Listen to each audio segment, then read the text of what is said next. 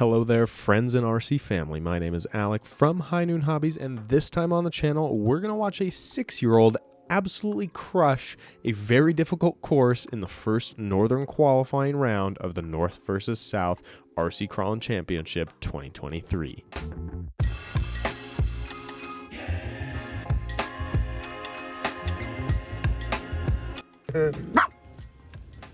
But I don't want to be on camera.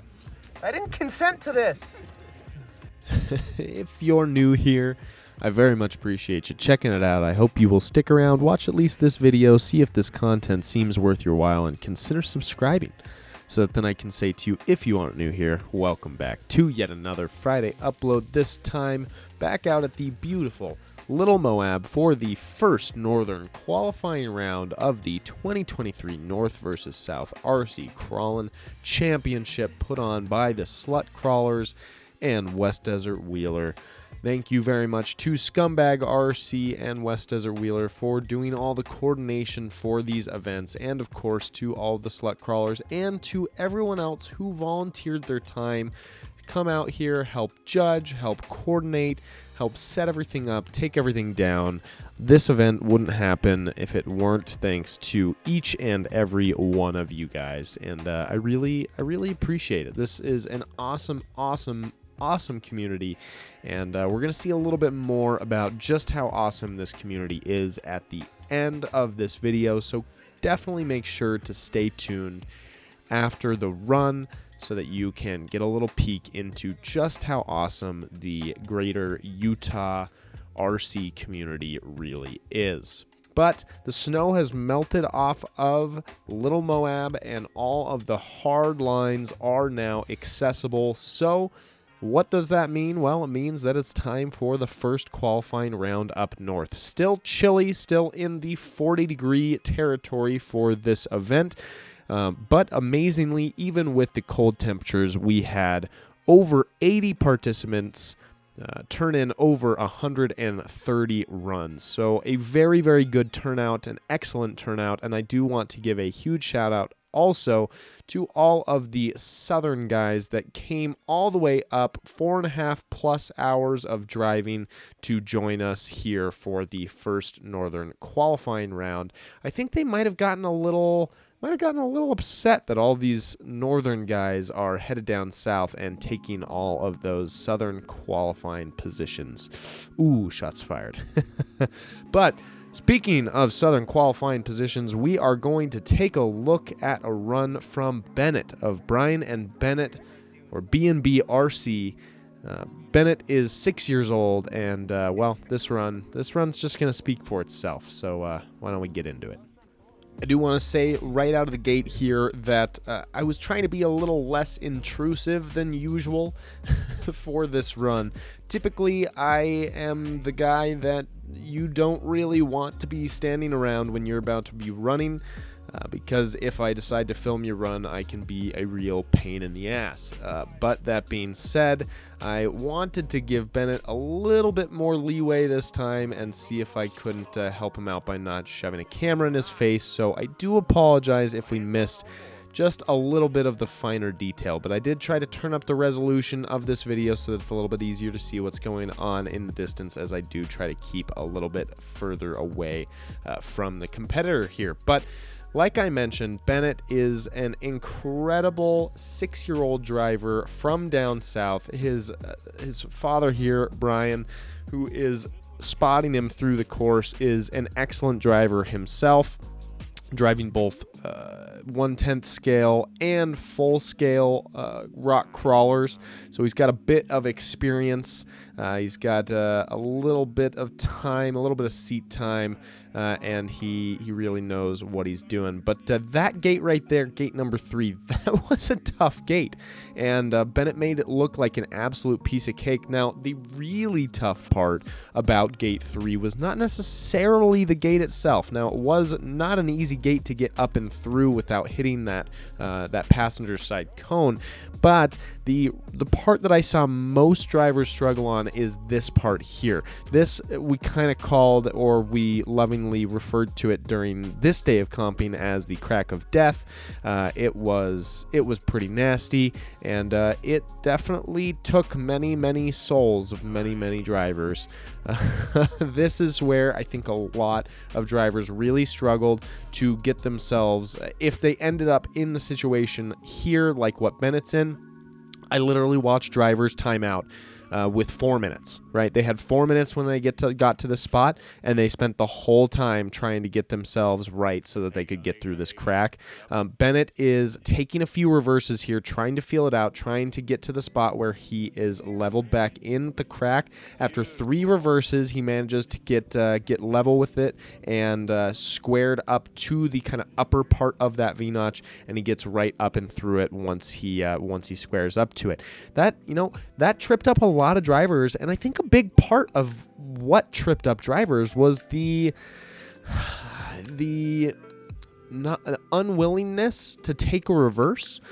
Here Bennet has taken 4 reverses so far while being in this crack, including that reverse there that he needed for this gate number 4, but he's not in a bad spot whatsoever. 4 reverses is not bad at all. And to think that potentially some drivers timed themselves out before even getting to gate 4 just because of an unwillingness to take a couple of reverses seems pretty crazy. I'm glad that Bennet learning good habits from the very beginning, understanding that there's a time and a place for reversing, and this was the time and the place. He used it to his advantage. He took full advantage of his reverses, and he made his way through that crack without a problem. Same thing here. Got a little bit squirrely on gate number 4. That is a nasty climb up through there, and he made it look like a piece of cake just by taking that reverse, getting himself lined back up correctly, and then heading into it with the proper line choice. Now, same thing here.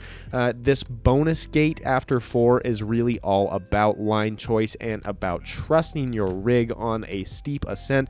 Bennet having no trouble whatsoever getting through there. He trusts his rig, he knows what's good, and he gets through there without a problem.